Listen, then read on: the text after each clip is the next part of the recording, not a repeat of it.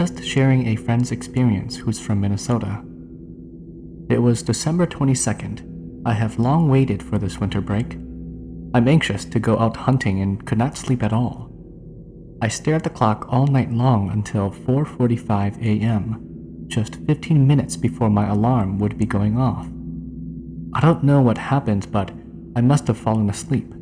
By the time my wife woke me up, it was already 5:30. I was shocked that I didn't hear the alarm, but I'm glad that I had packed all my gear into the truck the night before, so I could just get up and go. Like many hunts prior, I'm by myself headed to the woods. It's something that I don't get to do as often as being a teacher. I cherish my quiet and peaceful time whenever I get the chance.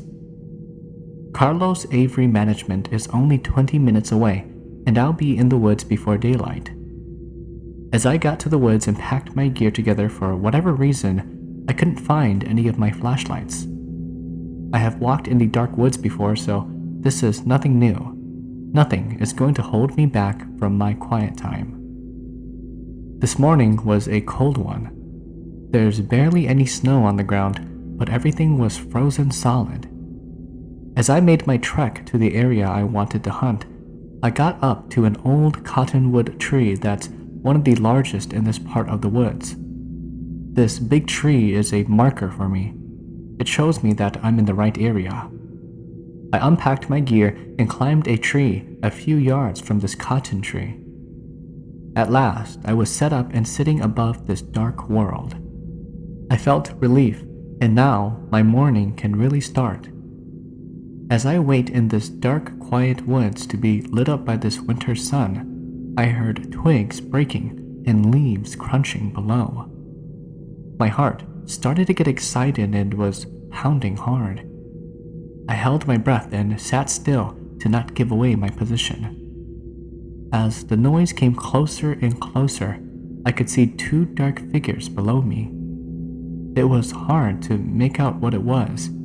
I was bummed that I didn't have my flashlight, as the figures slowly walked away to my left side and disappeared behind the big cottonwood tree. As the sun lit the beautiful horizon, I remember thinking to myself, this is why I hunt. The peace, the smell, everything about it made me feel at ease. As I was enjoying this breathless moment, I was disturbed by leaves crunching again. My heart woke up and started to pound its way out of my chest. I got my bow ready just in case it was a deer. Crunch, crunch, crunch, as the frozen leaves were breaking apart. The big cottonwood tree is blocking whatever is making the noise. With my bow in hand, I waited patiently as the noise came closer. And then the noise just stopped behind the cottonwood tree. Looking around the tree, I spotted a red rag poking through the leaves. At first, I didn't think too much of it. Seconds later, the footsteps resume and I see something dark peeking behind the tree trunk. I thought it was a black squirrel or raccoon, and then it popped out. A turkey? On closer inspection, it was actually a chicken. I was puzzled at a rooster in the middle of the woods on a cold Minnesota morning, but I didn't think too much of it, as I have seen cows, goats, dogs, and cats way farther into the woods. I just sat and watched the rooster peck the leaves below me. As the day went on, the chilly air didn't change as much as the sun came up and slowly went back down. The rooster stayed below me most of the day. It would wander off and then come back and peck around. As the sun started to set, I figured it was time to start packing up things and head back home. I stood up to stretch my frozen legs. As I stood up, I sensed something was staring up at me. I slowly turned to my left, where my senses were telling me, and behind the cottonwood tree, I see a dark figure disappearing. I was telling myself at the time it must have been the lack of sleep that's playing tricks on my eyes. I climbed down the tree and saw the rooster run off behind the cottonwood tree. I got down with just enough sunlight lighting the treetops of the horizon. As I walked back towards my truck, my curiosity got the best of me. I stopped by the trunk of the cottonwood tree looking for the red rag I saw earlier. There, below the leaves, was the rag just sticking out enough to catch my eye. I sat my heavy tree stand and bow down to inspect the rag. With my foot, I started to kick the leaves off the rag and saw several more rags. As I kicked the leaves around, I kicked something hard. Underneath the leaves was a dead rooster. I thought it was odd, but knew that this was not right. It looked like the rooster that had just took off from me no more than 10 minutes ago. My gut instincts told me that it's time to get out, but before I was able to lift my head away from the rooster, I heard a twig snap behind me. I turned to the noise and saw a leafless bush.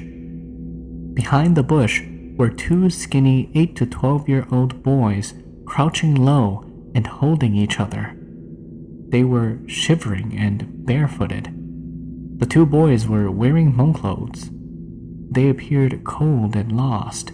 Their face and lips were blue and purple, but their eyes were so black that it stared right through me. I was speechless. I wanted to shout, scream, and cry, but felt so helpless. I remembered trying to tell myself to just breathe and step away from everything. As I backed away from the area, keeping my eyes on these two boys who never moved, I felt that my soul had been stolen from me. I was able to back away and got to my truck safely. As I sped off in my truck, uncontrollable tears rolled down my cheeks. I was beyond scared and didn't know how to react on what I just saw. When I got home, I tried to talk, but I couldn't. I felt as if my air pipe had been cut off every time I tried to say something. All I could do was cry and cry. I was so scared that it took a few hours before I could compose myself. My wife and children were scared because I couldn't tell them what was wrong. My wife called my parents and uncles, who came to see what was going on. When I was finally able to compose myself, my throat was sore. I had lost most of my voice, but I was able to tell my parents and uncles what I had seen in the woods. The following day, my dad, along with my uncles, went to the area where I had seen the rooster and the two boys. They said when they got there, they saw my hunting equipment and bow where I had left them. They walked over around to the cottonwood tree and saw the rags with a broken down shaman altar. They said whoever threw it there buried it into the leaves. I was told that it's a practice that they do when the shaman has passed away or wanted to be done with shamanism. That experience alone had me quit hunting altogether. So please, if this practice is true, don't dispose your shaman altar into areas where other people may come upon it by accident. Interested in sharing your stories? Submit them to HmongChronicles@gmail.com or in the description below. Here is the next story. Thank you. One of my friends, her mom and sisters, went to the 2009 California New Year. They decided to stay over at their oldest sister and brother-in-law's house who lived in California during that night. It was 2 a.m. in the morning and they were all still up late hanging out. Later, they all got tired so decided to go to bed. My girlfriend and her sister slept in the living room with the lights shut, while my friend was still on the phone with some guy that she had met at the New Year. While she was changing sleeping position, she saw this one figure standing right next to her. The figure was of a white lady standing there with her back facing towards my friend. She got scared and acted as if she didn't see it. She woke up her sister and told her not to go to sleep before she went to sleep. So her sister asked her why, and she said nothing. As my friend looked away, there was a huge mirror in front of her, reflecting the image of the lady standing behind her. My friend got scared and asked her sister to get up and turn the mirror away. As her sister got up to move the mirror, she also saw the lady. The two of them got so scared and held each other tight and went to bed. My friend never told her older sister and brother-in-law what they saw since then, and after that night, they never went to sleep over at their house ever again. We just moved into the current house we were living in about 5 months ago. It was a 2-story house with 2 upstairs bedrooms and 2 bedrooms downstairs. My little brother and I slept upstairs in separate rooms. When I go to sleep, I leave my door open and the stairway light on. My little brother would also do the same as well.